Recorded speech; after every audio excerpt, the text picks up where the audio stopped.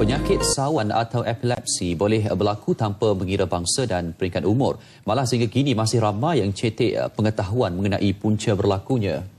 Dan justru penyelidikan Universiti Sultan Zainal Abidin memperkenalkan program pendidikan epilepsi animasi interaktif untuk membantu pesakit sawan yang bagi memahami penyakit yang dihadapi. Dan menariknya, kaedah yang disampaikan dalam bentuk animasi itu boleh menarik minat kanak-kanak mengenai tentang sawan.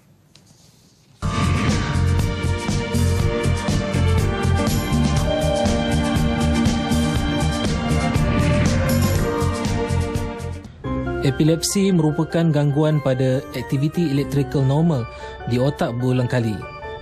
Simptom paling biasa berlaku keadaan tidak sedar diri secara tiba-tiba dan seluruh tubuh menjadi kejang. Biasanya jika berlaku pada golongan kanak-kanak buak pertama kali, puncanya jarang diperolehi. Sekiranya berlaku di kalangan orang dewasa pula, ia mungkin dikaitkan dengan tumor. Untuk membantu pesakit sawan, terutama kanak-kanak memahami dengan lebih mudah mengenai penyakit yang dihidapi, pensyarah Universiti Sultan Zainal Abidin UNIZA, Profesor Dr. Lua Pelin, menjalankan projek pembelajaran menerusi kaedah animasi.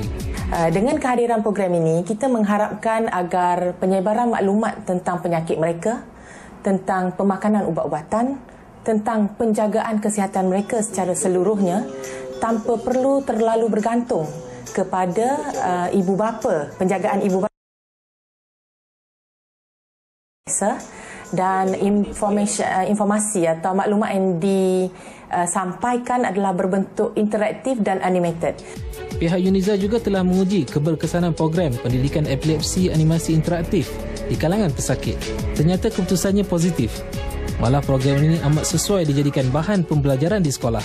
Kita mengharapkan dengan adanya program sebegini, penyebaran maklumat kesihatan atau pendidikan kesihatan pesakit akan menjadi lebih efektif dan berkesan kerana pesakit akan lebih mampu mengekalkan maklumat-maklumat yang telah diberi berbanding dengan sistem biasa yang kita memberikan hanya brosur-brosur, risalah dan poster yang hanya mungkin kekal sekejap di dalam minda pesakit.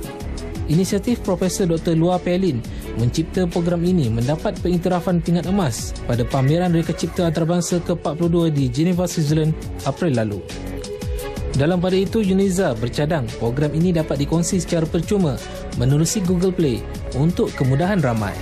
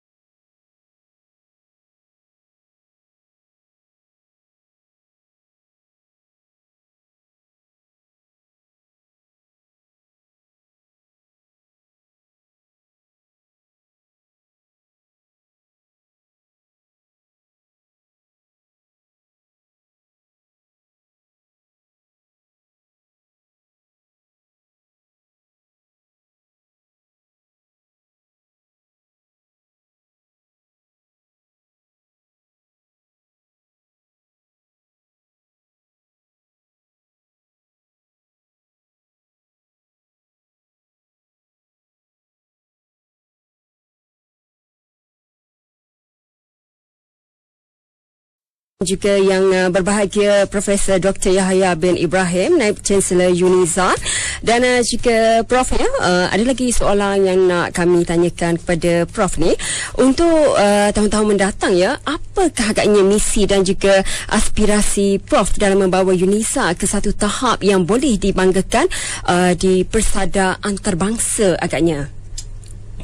Bercakap mengenai misi dan juga harapan itu memang sangatlah besar. Ya. Tapi saya tak tahu sama ada ini dapat kita jayakan ataupun tidak, kerana sebagaimana yang saya sebut tadi, cabaran-cabaran yang dihadapi itu juga besar. Namun saya yakin dengan keadaan proses transformasi yang berlaku di UNIZA sekarang, kita akan mencapai beberapa perkara.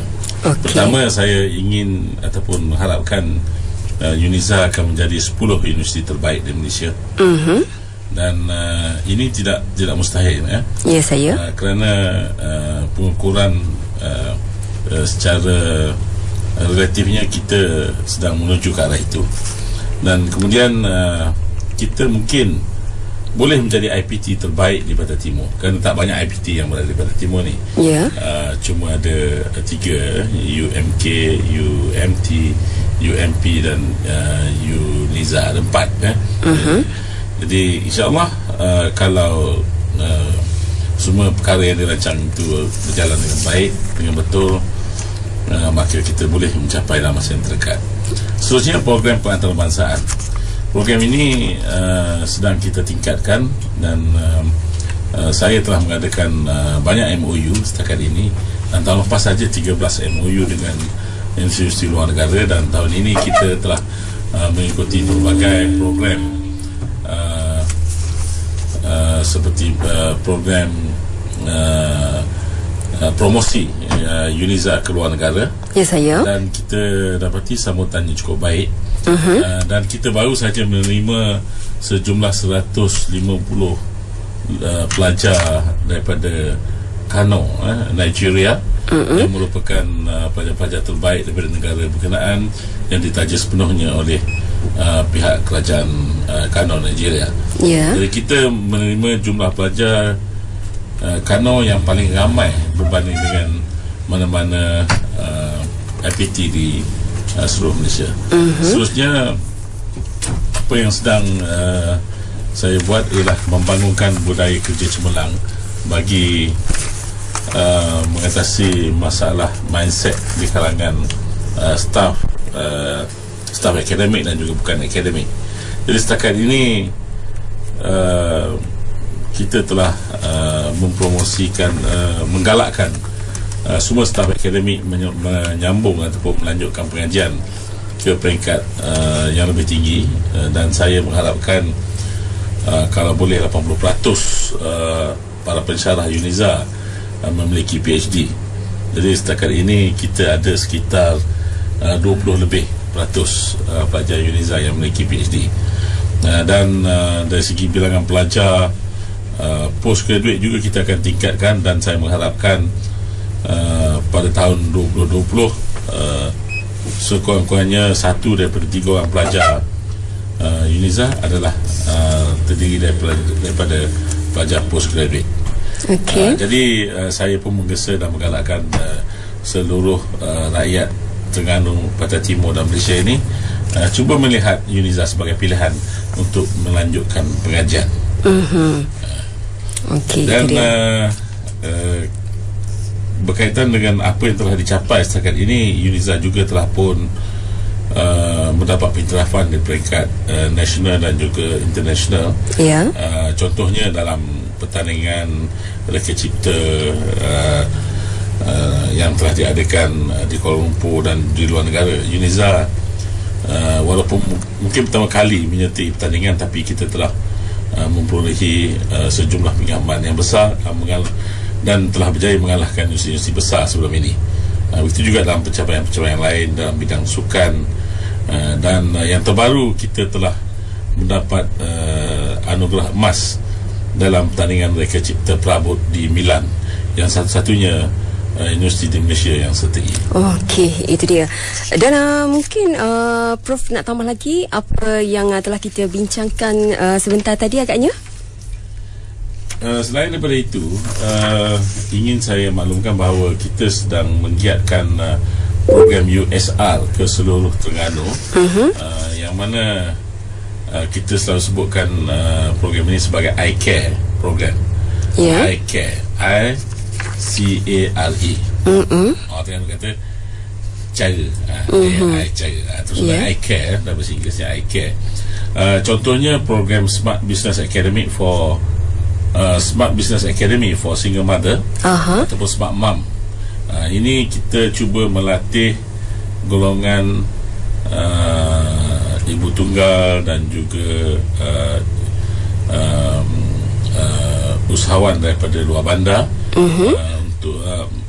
untuk menjadi seorang usahawan yang berjaya, dan kita membantu dari segi teknik usahawanan, pembukusan dan sebagainya.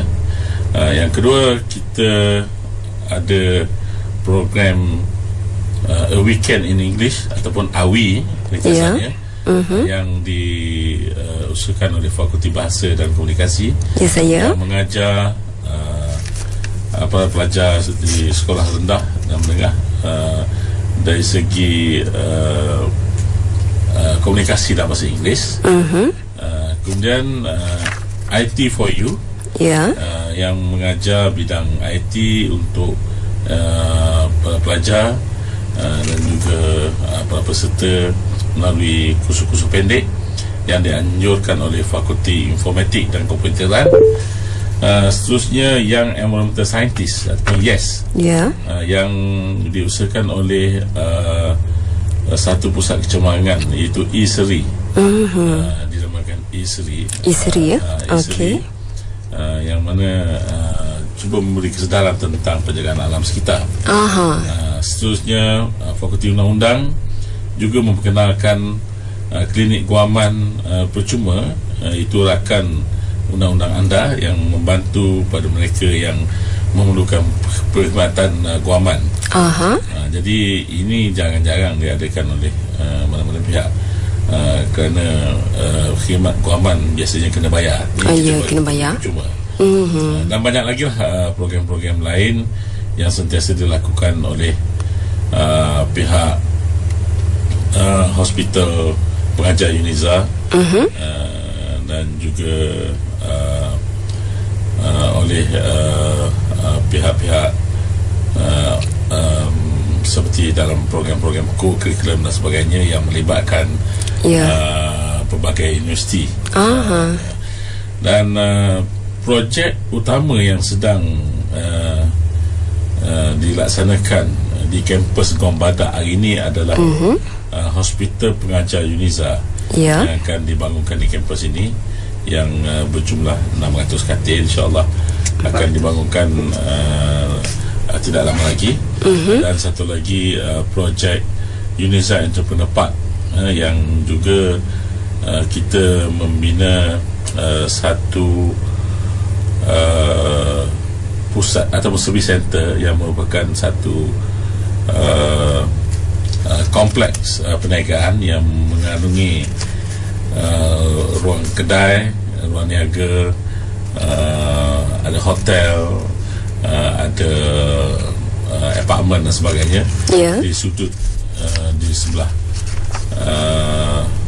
Park Tuyu itu, Di kawasan itu mengandungi sekitar 50 hektar. Kita sediakan sebagai satu kawasan macam pembangunan bandar baru. Jadi UNIZA memang melibatkan diri dalam membangunkan persekitaran kampus itu sendiri. Okey. Dan yang terakhir, yang terkini, UNIZA telah diberi amanah sebagai peneraju program UCTC Pantai Timur, iaitu kita akan memainkan peranan dalam membangunkan beberapa program, contohnya seperti mengeluarkan persijilan halal, kerana kita ada kepakaran itu sejak dari dulu lagi di bawah ECER, Kemudian kita juga ada Majlis Penasihat Syariah UNIZA yang akan ataupun disebut sebagai Syariah Compliant. Jadi kita akan menjadi pakar rujuk untuk syariah dari segi produk dan sebagainya. Dan juga program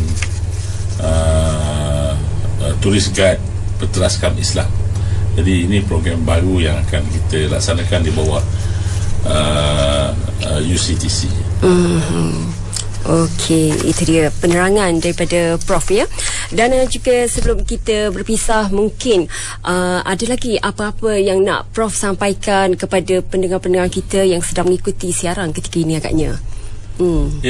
Sekarang ni musim para pelajar memilih institusi pendidikan tinggi untuk mereka masuk, untuk mereka pilih. Jadi saya berpesan kepada para pelajar agar pilihlah UNIZA sebagai universiti pilihan utama, kerana anda, saya percaya anda semua akan berbangga dengan UNIZA, kerana UNIZA akan terus cemerlang pada masa sekarang dan juga akan datang, insyaAllah. InsyaAllah, sama-sama kita harapkan ya terus cemerlang pada masa sekarang ini hingga bila-bila.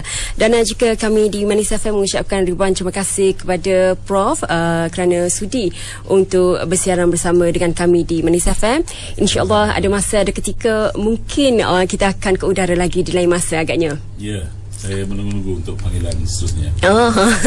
Okey, dan dengan tadi ya bersama dengan yang berbahagia Profesor Dr. Yahya bin Ibrahim, Naib Chancellor UNIZA, yang telah pun ke udara bersama dengan kami di Manis FM, dan cukup meriah sekali hari ini ya. Ramai yang datang ke Manis FM ini semata-mata untuk bersama-sama dengan Prof pada petang ini. Terima kasih sekali lagi Prof. Jumpa lagi. Assalamualaikum. Waalaikumsalam.